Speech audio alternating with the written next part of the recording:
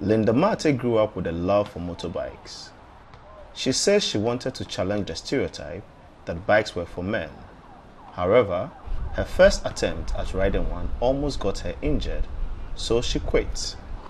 Like you can easily get your leg somewhere bent because of the exhaust pipe. When you're getting down and you get off from at that side of the exhaust pipe, yeah, you get yourself bent. In 2019, Mate was introduced to electric bikes, reigniting her childhood interest. She has since been working as a bike courier in Ghana's capital, Accra. She says electric bikes are easier to operate than gasoline-powered motorcycles. The challenge, she says, is keeping her bike charged.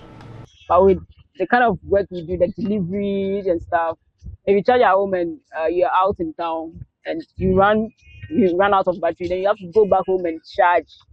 No. Instead, Mate swaps low batteries for fresh ones at these stations run by Ghanaian battery company Kofa.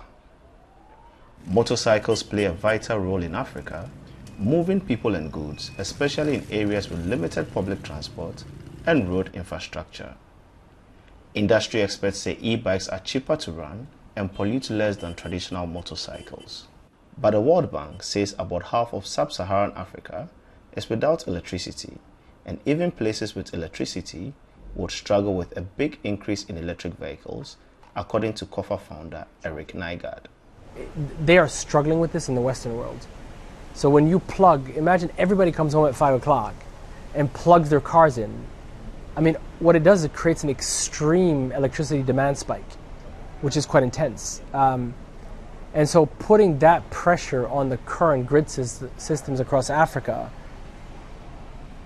would not work. Instead, Kofa's batteries store electricity from solar panels in the national grid. Users can swap depleted batteries at any time at locations across the capital without putting pressure on the national grid. After 2 years of operation, Kofa swaps about 200 batteries in Accra daily. And these batteries are almost like packets of energy that you could use anywhere.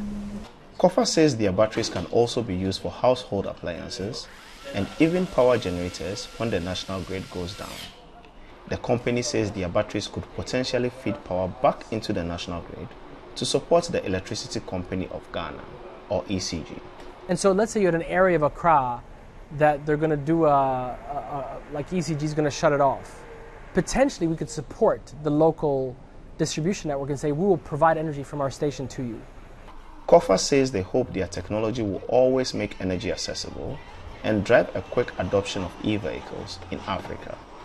Senanu Tord, VOA News, Accra, Ghana.